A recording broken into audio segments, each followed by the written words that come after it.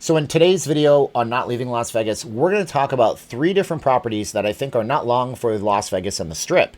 They might be your favorite properties, they might be your least favorites, but we're going to go over 3 specifics and reasons why I don't think these properties will exist for much longer. And when I say much longer, it's not a rumor. I'm not spreading rumors. I just think that when the money comes back in after a complete COVID recovery, these are the 3 properties that are gone first. Okay, they're going to be replaced eventually. And by the way, my name is Steven, and I am not leaving Las Vegas. I'm a Vegas blogger. Like, share, subscribe, hit the bell for future notifications. Tell us in the comments below which of these properties or other properties that I've not mentioned that you should think should be torn down and redone and just started from anew. And tell me in the comments below, and maybe we'll make a video about it. You never know. I'll give you credit if that happens, if I can remember seeing it. Anyways, if you guys want to support this channel, do all that free stuff. Also, check out our channel sponsor. It's free to do that too. P9 Magazine over on Instagram. They're an Instagram feed. They sponsor this channel, and thank them for doing that. And they buy the entire Resorts World billboard 1 week of the year for every month of the year. They paid hundreds of thousands of dollars, I'm sure, for that. And they got beautiful pinup models for the guys and women's stuff for the ladies and apparel and all sorts of good stuff. Tell them I sent you. And also, speaking of beautiful Filipinas, my wife, Caroline, makes masks, vegasfacemask.com, no S at the end. I've somehow twisted mine inside out, but they're the only 2 face masks that you'll ever need. They go around the back of your head, just like that, and they go over the back of your head on the top, just like this. So no nose wire. Easy to breathe through, 2 pieces of cotton, handmade, goes around the back of your head, not your ears. 2 for $25, vegasfacemask.com, no S at the end. We have football-themed stuff. If you're into football, we do custom builds. Just email me, stevenj@notleavinglasvegas.com. We don't sell the football stuff. You buy one at $25, you get the football stuff for free. All right, so let's go to it right now. And we're going to go to our explainer screen right here, as I call it. And so we have the globe. How you doing, globe? Man, you're a little twisted, aren't you? Nowadays, the world is a twisted place. The first one I'm going to talk about is, of course, the Luxor. And I don't think the Luxor will be around for long. Now, there's a couple of things on the Luxor. First of all, one of the biggest videos on my channel is a video addressing the rumor that the Luxor is being torn down. Now, the Luxor, no, I'm not going to tell you the Luxor is going to be torn down, but this property here in Vegas has a history to it. There's rumors that it's actually sinking, which I'm going to tell you why it's not sinking in a second. There's rumors that this property is going to be basically vacated so they can because they can't de-theme it, and that's the thing about it. So you can't de-theme this building. It's a giant, huge pyramid. It's always going to be a pyramid. It's always going to remind you of Egypt. Those are good reasons. The reasons I do think that this property and another one in this area is probably not long for this world is the utilization of the space. Now tell me, do you love the Luxor? Is it one of your favorite places? I know a few of you guys really like that place. Do you have good memories there? The Luxor opened October 15th of 1993. When it opened, this giant Sphinx out front opened up its eyes and shot laser beams at this obelisk out here. The property was basically a disaster upon opening for hotel guests because they had a log ride or a flume, it's not a flume ride, but it was a raft that would take you to the check-in area. It took people 4 or 5 hours to check in because of that. They then corrected the ship on that and then made that a 4D adventure ride that you would pay for separately from your stay. But the Luxor itself takes up all this space. Take a look at the footprint that it has. The footprint on Las Vegas Boulevard and on the Strip is absolutely huge. So much wasted space right here. All of these parking structures, all of these things out front make very little sense. Nowadays, parking structures are either underground, like at the Cosmopolitan, or they take up the back half of the property. And we have a lot of wasted space here. They actually did, of course, more towers at the Luxor because they needed more rooms because it's a popular property. But from a profitability standpoint, it's paid for. But can you imagine what a developer would do with this land? Now, speaking of addressing the sinking rumor, is the Luxor sinking? I really seriously doubt it. The reason I doubt that is because this building right here, Allegiant Stadium, is doing just fine. And when they were building this, they were bragging on the website about the thousands and thousands of tons of very hard rock that they actually had to dynamite and TNT and carve out of the footprint where Allegiant Stadium sits. So that being said, since the Luxor is basically just a quarter of a mile, if that, away, there's absolutely no chance really that this thing is sinking. It's sitting on hard ground. But the Luxor, what do you think? Do you think the Luxor will be the first to go? Tell me in the comments below. The other one that I think is actually not long for this world is right next door. It is the Excalibur. Now, these 2 properties have a very, very interesting history. Now, the Excalibur was actually opened on June 19th of 1990. June 19th of 1990. And it was open because Circus Circus had gone public. Circus Circus was purchased from Jay Sarno, the gentleman that helped usher in modern luxury in Vegas. He built the Caesars Palace, then he built Circus Circus.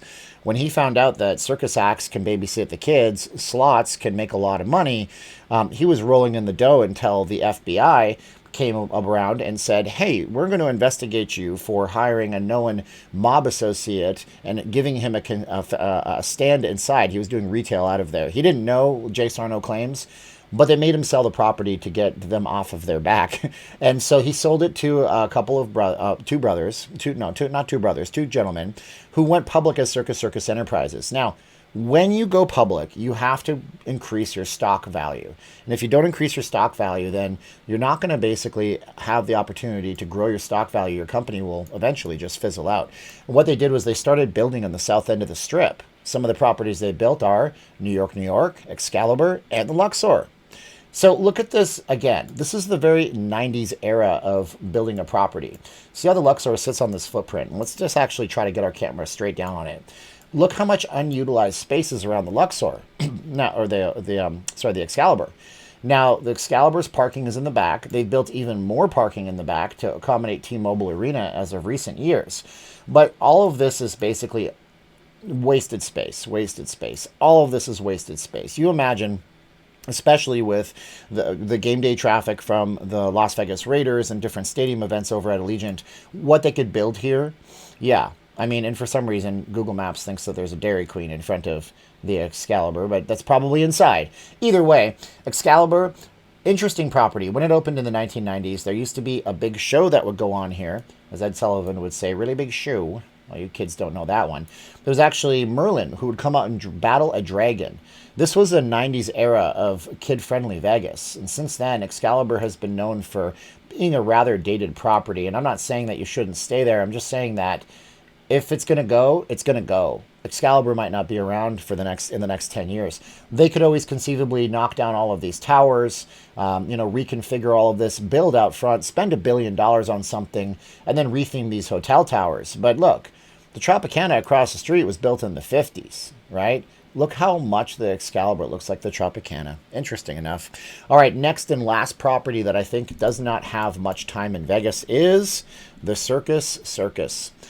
And there's a reason for this other than what you might think, okay? It's Circus Circus. Now, Circus Circus is an interesting property, to say the least. It's not a big property. You can see right here the actual footprint of the property compared to, say, the Excalibur, which we just looked up. It's long, it's skinny. It's basically sitting next to nothing except for Resorts World. And on the north end of things, you have a condominium tower, a bunch of parking for a condominium tower, and then some timeshares.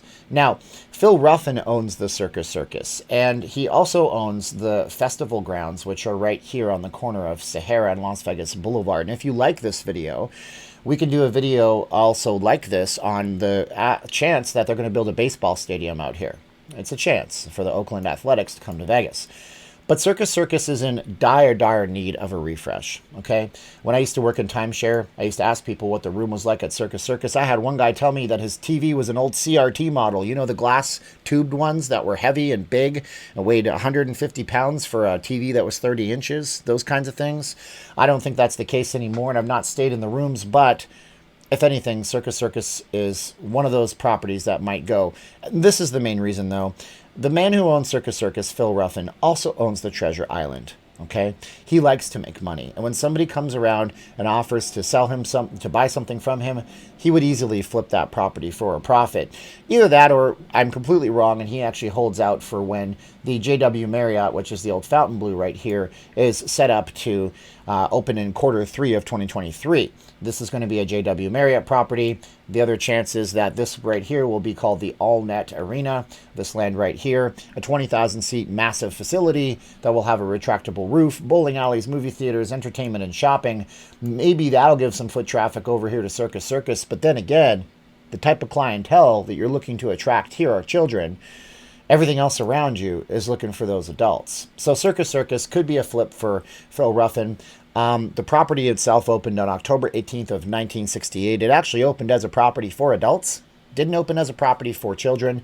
The circus acts that came in, they noticed that people would come into Vegas with their kids, so they brought in more circus acts, and then they brought in slot machines for the ladies to play, because in the 1960s and 70s, the world was very different. And they said, well, women don't gamble on tables, which we know is not true, but women gamble on slots. Turned out the slots were liked by the guys a whole lot too, and Circus Circus grew so rich that it eventually helped build the south end of the Strip. And now there's one that you know. But those are my three. You tell me your three in the comments below. I'm interested in knowing what you're thinking on this. Once again, my name is Steven, and I'm not leaving Las Vegas. I'm a Vegas blogger. This video is brought to you by our channel sponsor, P9 Magazine. Check them out on Instagram. Go have a browse of their feed. And it's also brought to you by VegasFaceMask.com, the only two that you'll ever need. We just got some fabrics in that I just put on the website. Speaking of stuff that you can't buy, but I can give you for free when you buy one at $25. We got LA Dodgers. We have a new version of the 49ers. Go Niners, go. Who's got it better than us? And we also have, for not me, because I am not brave enough to serve, new USMC stuff. So if you guys are into it, let me know. VegasFaceMask.com, no S at the end. My name is Steven. I'm not leaving Las Vegas. This is the time of the video where I have to say 3, 2, 1, click. That's my video. I'm sticking to it. 3, 2, 1, are you ready? And click!